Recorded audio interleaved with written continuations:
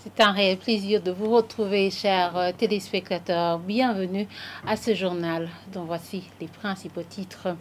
En équipement de la chaîne de froid pour plutôt la vaccination a été remis ce vendredi au programme élargi de vaccination PEV en sigle.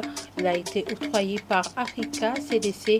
Le représentant du directeur régional de ce centre, Dr Anatole Nyeshimana, indique que cela va permettre de maintenir l'efficacité de tous les vaccins en garantissant leur stockage et leur transport, bien sûr. Vous aurez plus de détails au cours de ce journal. Et 11e Assemblée générale de la plateforme des autorités locales des pays des Grands Lacs depuis ce jeudi à Rumongue. La direction de cette plateforme dit que de nombreux efforts sont actuellement investis, notamment dans la prévention des conflits dans la sous-région. Voilà pour le sommaire. Les détails, c'est tout de suite.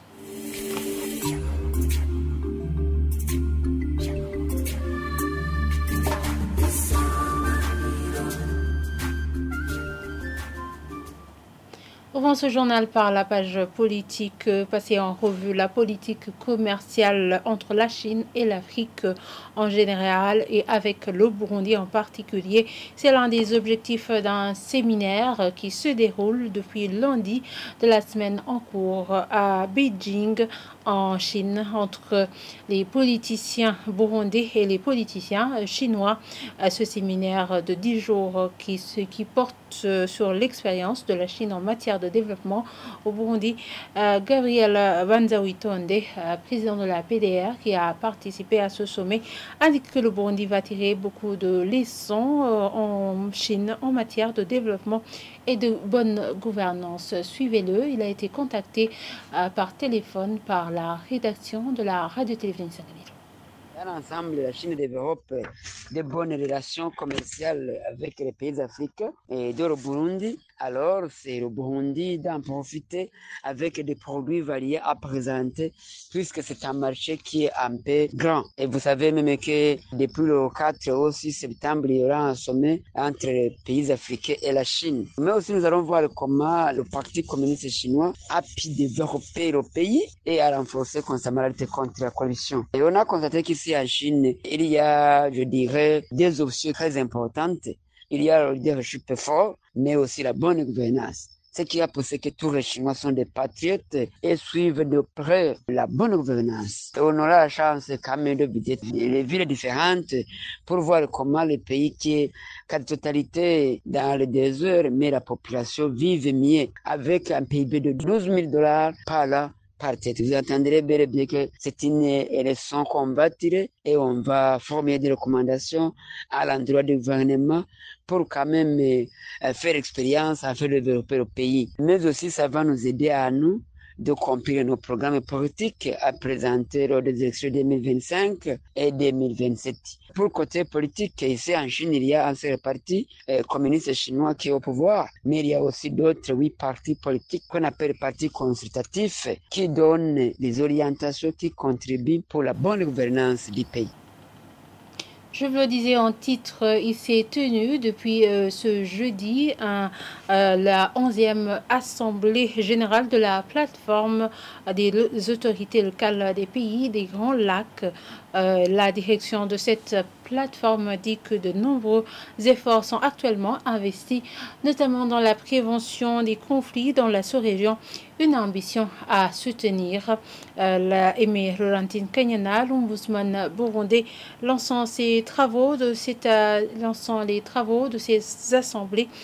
assemblée générale, rassure que le gouvernement burundais appuiera les travaux de cette plateforme en vue de l'amélioration du bien-être et de la population des pays des Grands Lacs africains.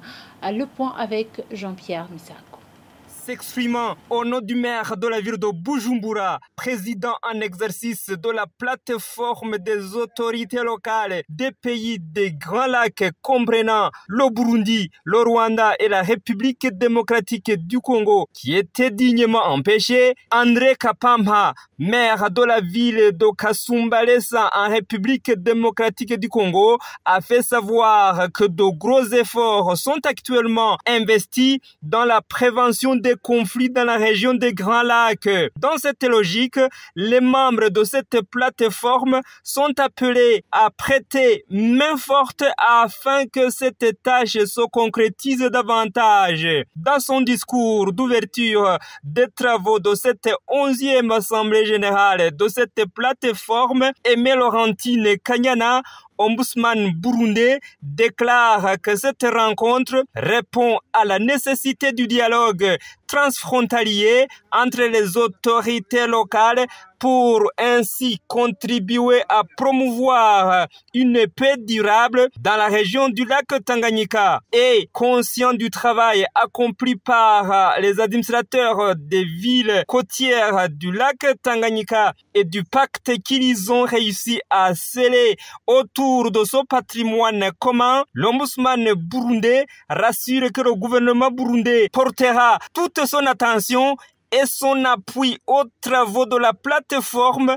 et accompagnera les villes dans leur initiative de vivre ensemble autour du lac Tanganyika pour répondre aux attentes de la population. Durant 2 jours, les participants dans cette assemblée générale à laquelle les Rwandais n'ont pas répondu, échange autour du thème général environnement, climat et résilience dans son sous-thème vivre ensemble autour du lac Tanganyika, défis et opportunités.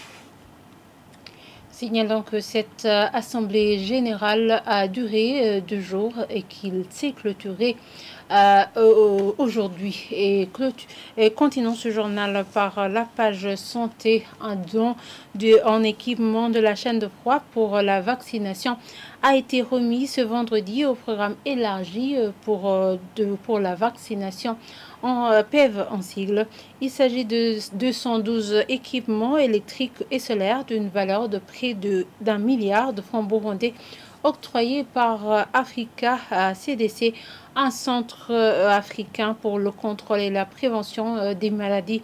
Le représentant du directeur général de ce centre, Dr Anatole Neshimana, a indiqué que cela va permettre de maintenir l'efficacité de tous les vaccins en garantissant leur stockage ainsi que leur transport. Suivez-le.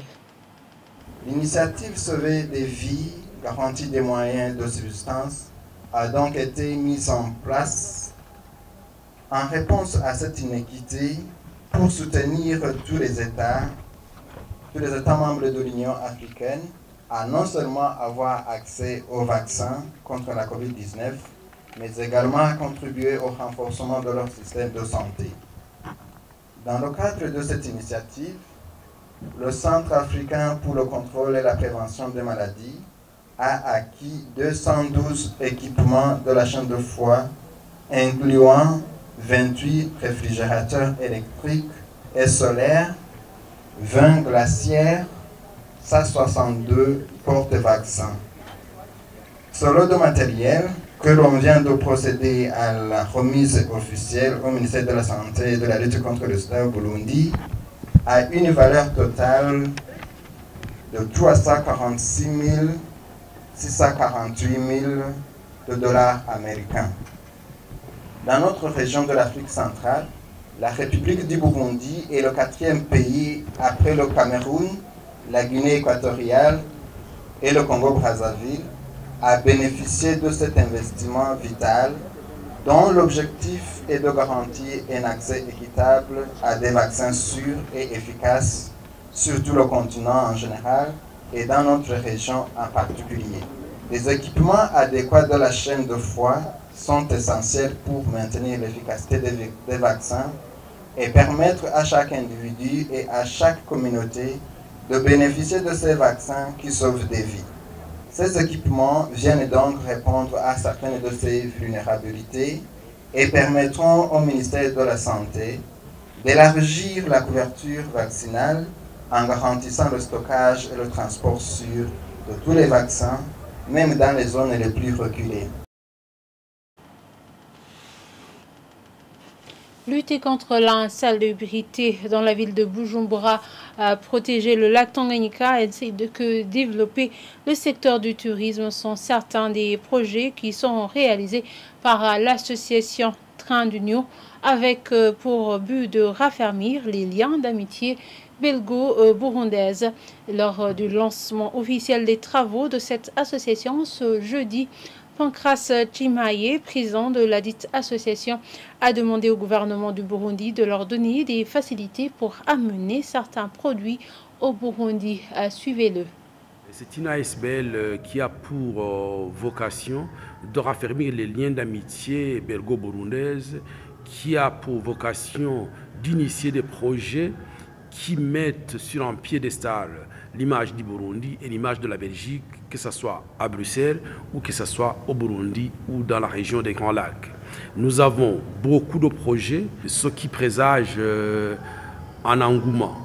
Et l'autre aspect, j'ai lancé un appel pressant à tous les Burundais qui se retrouvent dans cette catégorie, qui ont vécu en Belgique, qui ont étudié en Belgique, qui ont vécu en Belgique ou qui vivent encore en Belgique, de rejoindre cette famille de très dignes des Belges et des anciens de Belgique. C'est leur famille et plus on sera nombreux, plus on aura la force d'aider à relever certains défis socio-économiques du pays. Nous avons beaucoup de projets. Nous avons les projets d'aider au niveau de la salubrité de la ville de Bujumbura, au niveau de la protection ou la salubrité du lac Tanganyika, au niveau de la taxe carbone qui n'est pas exploitée ici au Burundi, alors que c'est un droit que le gouvernement burundais, un droit qui revient de droit au gouvernement burundais, mais qui n'est pas suffisamment exploité. Et nous avons d'autres projets comme le nettoyage de la ville du lac Tanganyika, créer des dépotoirs parce que c'est inacceptable que tous les déchets, que tous les eaux usées de la ville de Bujumbura soient déversés dans le lac Tanganyika. Ce n'est pas normal que des déchets biochimiques qui datent du temps de la colonisation, qui sont toujours stockés quelque part, mais qui présentent un risque évident. Ce que nous demandons, c'est des facilités. Par exemple, des facilités de pouvoir amener certains produits ici, des facilités au niveau de l'ambassade du Burundi en Belgique.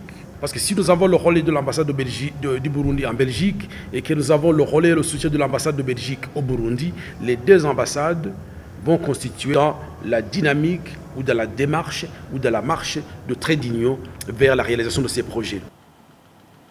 Et voilà, c'est ici que nous clôturons ce journal. Merci de nous avoir suivis et très bonne suite de programme sur la télévision Isanganiro.